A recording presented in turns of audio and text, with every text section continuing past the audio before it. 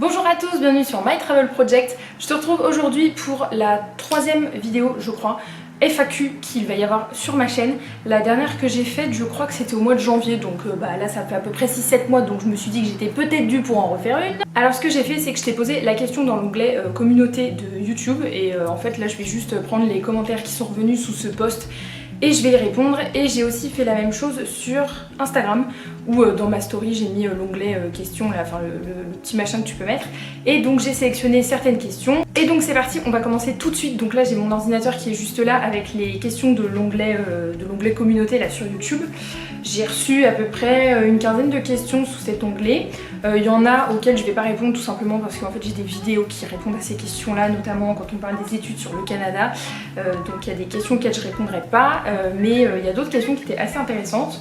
Alors la première que j'ai reçue, c'est que fais-tu quand tu arrives dans un nouveau pays et que tu connais personne? Alors pour cette question, je peux pas parler du Brésil vu que j'étais pas partie seule. Je pourrais te parler du Cambodge. Quand je suis arrivée au Cambodge, ma première semaine je l'ai passée en auberge de jeunesse. Donc voilà, c'est comme ça que j'ai rencontré des gens. Après j'ai commencé à travailler dans l'ONG dans laquelle je bossais pour mon stage, donc j'ai rencontré des gens comme ça.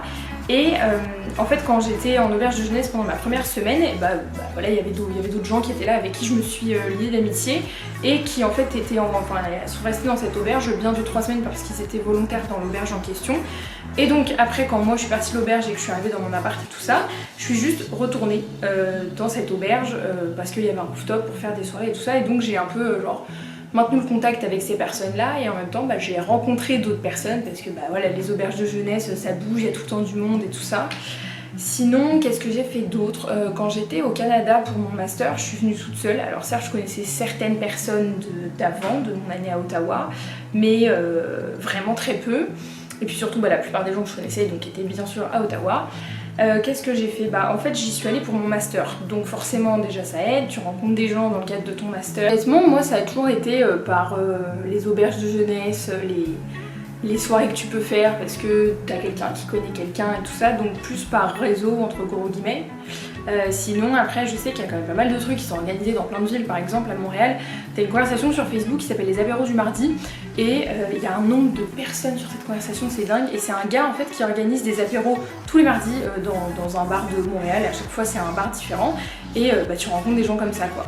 Après il y a aussi quand même pas mal d'événements pour les PVTistes. Bon là je te parle de ça parce que je suis en PVT, donc je pense qu'il faut vraiment se renseigner sur les événements en fait pour les nouveaux arrivants. Faut vraiment, je pense, sortir un peu de sa zone de confort et décider d'aller à des soirées même si t'es pas sûr de connaître du monde et tout ça, parce que comme le disait la question, t'arrives dans le pays, tu connais personne, donc voilà, il va bien falloir trouver des occasions pour rencontrer du monde quoi. Alors là pour le coup c'est une question sur le Canada, désolée je vais regarder mon ordinateur parce que la question est un peu longue. Donc salut, je pars un mois en vacances au Canada mais j'aimerais bien y revenir et m'y installer. Que me conseillerais-tu de faire comme démarche pendant le mois où je suis en vacances là-bas? Par exemple les endroits et les lieux administratifs à visiter pour ma future installation, les documents emmenés histoire de gagner du temps sur les démarches, etc. Je vais peut-être être un peu cash, mais je trouve pas que ça soit nécessairement en fait une bonne idée de partir en vacances par exemple un mois au Canada pour préparer une future installation. Déjà parce que si tu l'annonces comme ça à la douane, la plupart des douaniers vont très certainement penser que tu viens au Canada de manière illégale pour travailler illégalement, donc il y a quand même de fortes chances qu'ils te laissent pas rentrer sur le territoire. Et surtout je pense que pour le Canada, après je parle de mon expérience et voilà, je sais pas tout non plus, j'ai pas la science infuse, mais de mon expérience pour le Canada, il n'y a pas nécessairement d'intérêt à être sur place pour faire des démarches parce que tu peux faire toutes les demandes de visa en ligne et que décider de partir s'installer au Canada mais sans savoir dans quel contexte, pour moi c'est pas un plan de vie à l'étranger qui est bien préparé. Je pense qu'il faudrait d'abord que tu te renseignes par exemple sur les visas que tu peux avoir par exemple, sur les possibilités que tu as, sur les boulots que tu peux avoir, sachant que la plupart des employeurs au Canada ne t'embaucheront pas si tu n'as pas déjà de visa. Donc pour moi il faut vraiment se renseigner en amont, et il n'y a pas besoin de venir au Canada pour ça en fait. Alors je relis la question pour être sûre que je n'ai pas oublié quelque chose. Endroit et lieu administratif à visiter pour ma future installation. Là pareil en fait, à partir du moment où tu sais pas quel visa tu peux prétendre avoir, quel visa tu vas avoir, il y a peu d'utilité en fait aller voir le consulat ou n'importe quel bâtiment du gouvernement du Canada pour faire des démarches. Tant que t'as pas le visa, ça sert à rien. Et les documents à signer, histoire de gagner du temps sur les démarches, bah t'as aucun document à amener parce que encore une fois toutes les démarches se font en ligne. Je pense qu'il faudrait d'abord que tu te renseignes beaucoup plus en fait sur le type de visa auquel tu peux prétendre pour venir au Canada et le fait d'être sur place ou non ne changera rien en fait par rapport à tes démarches, en tout cas selon moi. Alors, troisième question, c'est encore sur le Canada. Comment organisais-tu tes voyages quand tu étais étudiante au Canada pour avoir des bons plans? Donc application, comment choisir tes destinations et tout ça. Alors, je vais parler plus de quand j'étais à Ottawa. Parce que je pense que c'est vraiment là que j'ai commencé à chercher tous les bons plans vraiment étudiants fauchés et tout ça, et que bah ensuite après j'ai juste un peu pris le pli. Donc déjà pour les destinations, il y avait forcément des lieux que j'avais envie de visiter. Quand je suis arrivée à Ottawa, je voulais forcément visiter la ville de Québec, la ville de Montréal, les chutes du Niagara, et puis bah après si j'avais bien sûr la possibilité d'aller dans certaines villes de la côte est des États-Unis, bah ça m'aurait pas dérangé d'y aller. Donc New York, j'avais pensé à Boston, Philadelphie, bah, j'aurais adoré Chicago, mais voilà. Je m'étais fait un peu une liste et surtout ce que j'avais fait, c'est que je m'étais pas du tout fixé une destination en priorité. C'est-à-dire que quand j'avais un long week-end de libre ou une semaine de vacances de libre, je me disais ok bah quelles sont les destinations que je voudrais faire dans ma liste et puis je comparais les prix. Donc je m'étais jamais fixée sur une destination spécifiquement. Sinon, bah, au niveau des applications, en fait, c'était pas des applications spécifiques pour les étudiants, donc je vais te laisser là dans l'écran la vidéo sur les applications en voyage qui, je pense, sera sortie quand cette vidéo sortira. Mais un dernier conseil, c'est que quand j'étais étudiante, j'ai charbonné ma carte étudiante. J'ai charbonné ma carte étudiante. Dès que je pouvais utiliser une réduction, dès que je pouvais avoir une réduction étudiante, bam, je sortais ma carte étudiante. Quand j'étais à Ottawa, j'avais demandé la carte EASY, qui est la carte d'étudiant international qui permettait aussi d'avoir des réductions dans certaines auberges et sur certains sites de compagnie de bus et tout ça. Je cherchais toujours les réductions étudiantes et ça marche encore aujourd'hui parce que même si je suis diplômée depuis 2 ans maintenant, bah, ma carte étudiante est encore valable jusqu'en août 2019, donc voilà, j'en profite jusqu'au 25 août 2019 et je peux te dire que ça me fait des réductions parfois. Donc voilà, pour moi c'est vraiment ne pas prioriser une destination spécifique, être vraiment ouvert au niveau des destinations que tu veux visiter, faire beaucoup de comparaisons.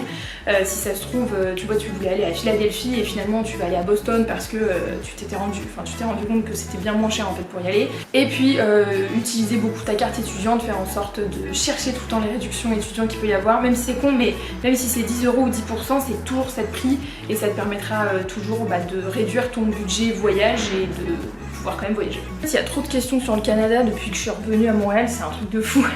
En tant que PVT, est-ce que c'est mieux de s'installer à Montréal ou en région, comme dans la région de Lévis ou la Beauce? Aucune idée. Franchement, je pense que tout dépend de ton caractère, tout dépend de l'expérience que tu as envie de vivre au Canada. Je pense qu'en partant vivre en région, tu vas peut-être avoir une expérience qui sera plus authentique du Canada, enfin du Québec en tout cas, qu'en s'installant dans une grande ville comme Montréal, parce que même si j'adore Montréal, on va pas se mentir, c'est une ville qui est hyper cosmopolite, ce que moi j'adore, mais si tu cherches une vraie expérience pure canadienne, c'est peut-être pas à Montréal que tu vas nécessairement avoir cette expérience-là, parce qu'à Montréal, évidemment, il y a des Québécois, mais il y a aussi beaucoup de Français, il y a beaucoup de Brésiliens, il y a beaucoup de communautés un peu partout du monde, et tout dépend pour moi de l'expérience que tu recherches. Donc voilà, je pense qu'à partir du moment où tu sais un peu ce que tu as envie de voir, de faire et de vivre pendant ton PVT au Canada, et bah, à partir du moment où tu sais tout ça, et bah, tu seras plus à même de savoir si c'est mieux pour toi de partir t'installer dans une grande ville comme Montréal, Québec, Toronto, ou de partir en région entre guillemets, que ça soit la Beauce, que ça soit je sais pas la Montérégie, donc là je te parle pour la région du Québec mais ça marche aussi pour les autres provinces du Canada, pas uniquement le Québec. Donc voilà, pour moi tout dépend de ce que tu as envie de voir, de faire et de vivre dans ton PVT. Alors, après, j'aimerais aller au Brésil pendant 1 an pour apprendre le portugais. Un conseil concernant les démarches à faire ou une idée du budget qu'il faut pour vivre là-bas. La vie est-elle chère au Brésil? Alors, si tu veux partir 1 an pour apprendre le portugais, pour moi, tu as 2 solutions. Soit tu décides de t'inscrire dans une école de langue là-bas, ce qui va te donner un visa d'étudiant pour 1 an, avec lequel tu n'auras pas le droit de travailler sur place. soit tu fais une demande de PVT parce que depuis mars 2018 le PVT Brésil est ouvert aux Français, c'est un visa qui dure 1 an et qui te permet de travailler sur place. Et puis au niveau du budget pour vivre là-bas, je trouve que c'est un peu difficile de répondre à cette question parce que c'est pas une question à laquelle je pourrais répondre même en France. Enfin, tu vois, le budget mensuel pour vivre à Paris est pas du tout le même que le budget mensuel pour vivre... je sais pas moi, pour vivre à Perpignan ou à Lille ou voilà, et bah c'est exactement pareil pour le Brésil. Le Brésil qui plus est, ça fait 17 fois la France. T'as pas le même budget pour vivre à Rio que pour vivre au fin fond de l'état du Goiás, donc voilà. Qui plus est, moi quand j'étais au Brésil, j'étais dans une situation qui faisait que j'avais pas besoin de payer le logement. Donc voilà, du coup moi mon estimation de budget par mois elle est un peu faussée. Après, est-ce que la vie est chère au Brésil? Oui et non. C'est cher sur beaucoup de points par rapport au niveau de vie des Brésiliens.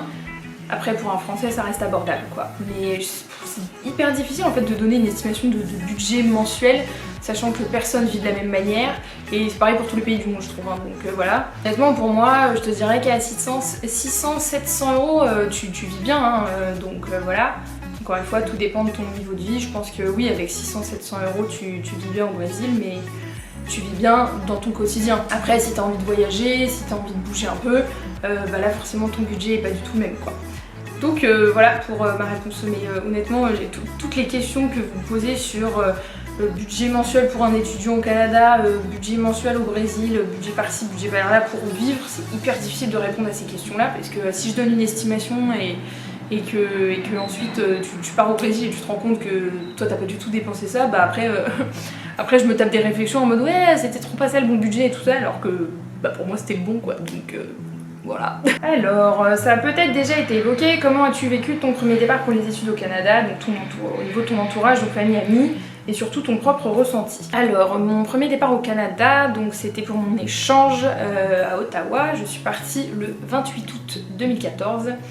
J'ai très bien vécu, je te dirais, mon départ là-bas, parce que j'étais prête, genre je voulais partir, ça faisait longtemps que j'attendais ça. J'avais envie de vivre cette expérience, donc je l'ai pas mal vécu. J'ai adoré arriver là-bas et j'ai pas du tout eu le mal du pays en arrivant. J'ai pas du tout ressenti le manque de ma famille et de mes potes parce que je découvrais tous les jours de nouvelles choses et tout ça. Qui plus est, pendant mon année à Ottawa, je suis rentrée en France pour Noël. Donc je suis rentrée au bout de 4 mois et après je suis repartie seulement pour 4 mois. Donc j'ai vraiment eu une coupure pile entre les deux où j'ai revu ma famille et mes amis. Donc j'ai pas eu ce manque là. Mon propre ressenti, hyper bon ressenti. C'était de la découverte totale, enfin vraiment les deux pieds dedans. Mais c'est exactement ce que je m'attendais à vivre et c'est exactement ce que je voulais. Donc je pense que mon ressenti était très positif et j'ai adoré cette période. Après, à la fin de mon année à Ottawa, bon bref, je vais pas m'étaler là-dessus, mais il y a des événements dans ma vie perso qui ont fait que un mois avant de revenir, je me suis dit il est temps que je rentre quoi. Donc j'étais quand même contente de rentrer, j'étais contente de revenir quand même un peu dans une culture que je connaissais un peu mieux et tout ça. Ce qui m'a quand même pas empêché de repartir 3 mois plus tard pour faire mon master à Montréal. Mais voilà, il y a quand même eu une période à la fin où je sentais que j'avais quand même besoin de rentrer. Donc mon ressenti a quand même été très bon, très positif. C'est une expérience que j'ai adoré vivre et j'ai pas du tout eu d'appréhension avant de partir ou quoi que ce soit, c'était plus de l'excitation. Voilà, après comme toute expérience il y a des hauts et des bas bien sûr, mais au niveau de mon ressenti, hyper positif, et manque de la famille et des amis pas vraiment. C'est venu plus tard, je dirais que c'est venu plus quand je suis partie à Montréal et après quand j'étais encore mode aussi, mais parce que là la culture est extrêmement différente. Donc voilà. Bon, je pense que cette vidéo FAQ va être assez longue, du coup je vais la couper en 2.